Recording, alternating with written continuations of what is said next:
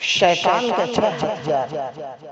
علماء نے لکھا ہے کہ شیطان ہر وقت انسان کے اعمال اور نیکیوں کے برباد کرنے کی طاق میں لگا رہتا ہے۔ اسی وجہ سے اللہ نے قرآن پاک میں واضح اور صاف لفظوں میں شیطان کو انسان کا دشمن قرار دیا۔ اللہ نے قرآن پاک کے سورہ بقرہ آیت نمبر 208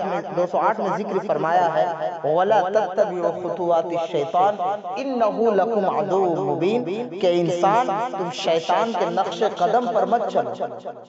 کیونکہ وہ تمہارا بھلا ہوا دشمن ہے۔ آج ہم آپ حضرات کے سامنے شیطان کے ان 6 ہتھیاروں اور ہتھ کنڈوں کا ذکر کریں گے جن کے ذریعے شیطان انسانوں کے اعمال کو اور نیکیوں کو برباد کرتا ہے۔ سب سے پہلا ہتھیار یہ کہ انسان کو شیطان طاعت اور عبادت سے روکتا ہے، یعنی انسان کے دل سے طاعت اور عبادت کی اہمیت اور عظمت گھٹا دیتا ہے، جس کی وجہ سے بندہ کہتا ہے کہ اچھا میں نماز پڑھ لوں گا، حالانکہ دل میں نماز پڑھنے کی نیت نہیں ہوتی۔ جیسا کہ آج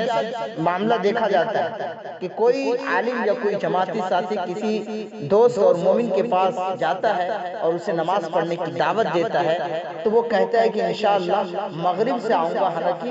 ان کے دل کے اندر نماز پڑھنے کی اہمیت نہیں ہوتی۔ تو اس ہتھیار کے ذریعے یعنی طاعت اور عبادت کی اہمیت کو گھٹا کر شیطان انسانوں کے اعمال کو برباد کرتا ہے۔ دوسرا ہتھیار اور ہتھ کنڈا شیطان کا یہ ہے کہ اگر انسان شیطان کے کہنے سے بھی نیکی سے نہ رکے اور وہ نیت کر لے کہ مجھے یہ نیکی کرنی ہے تو پھر دوسرا ہتھیار شیطان استعمال کرتا ہے کہ وہ اس نیک کام کو ٹالنے کی کوشش کرتا ہے۔ مثال کے طور پر کسی کے دل میں یہ بات آئی کہ میں توبہ کرتا ہوں تو اس کے دل میں شیطان یہ ڈالتا ہے کہ اچھا پھر کل توبہ کر لے۔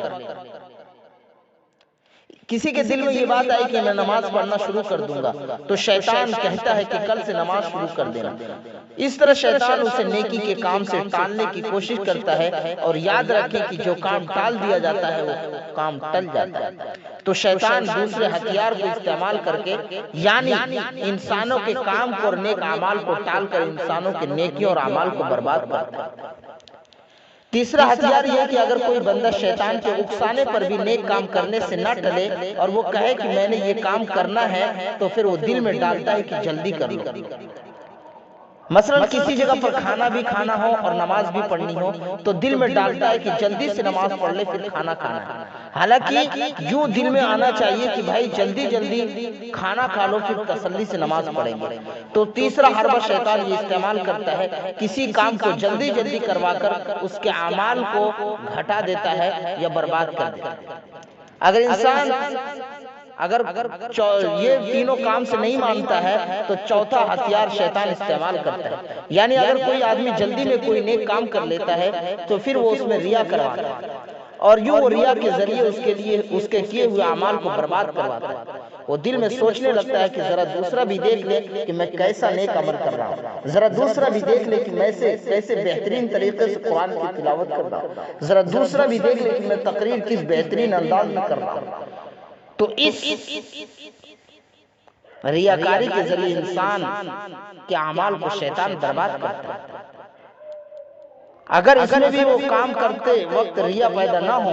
تو شیطان اس کے دل میں عجب اور بڑائی ڈالتا ہے اور وہ انسان سوچنے لگتا ہے کہ میں دوسرے سے بہتر ہوں۔ مثلا یہ کہتا ہے کہ میں تو پھر بھی نماز پڑھ لیتا ہوں لیکن فلاں تو نماز بھی نہیں پڑھتا، میں تو حافظ قرآن ہوں وہ تو حافظ قرآن بھی نہیں ہے، میں تو نمازی ہوں وہ تو نمازی بھی نہیں ہے، میں تو تبلیغی ہوں وہ تو تبلیغی نہیں ہے۔ وہ سمجھتا ہے کہ میں تو آخر پڑھا لکھا ہوا ہوں، حافظ ہوں، قاری ہوں، عالم ہوں اور میں نے اتنے حج کیے اتنے حج کیے۔ جب اس طرح اس میں تکبر آ جاتا ہے تو یہی عجب اس کے اعمال کی بربادی کا سبب بن جاتا ہے۔ تو شیطان اس کے دل کے اندر عجب اور تکبر اور بڑائی اور فخر ڈال کر شیطان انسان کے اعمال کو برباد کرتا ہے۔ اگر انسان کے اندر تکبر اور عجب نہ ہو اور یہ تمام اعمال انسان برداشت کر لیتا ہے، شیطان کے ہتھیاروں کا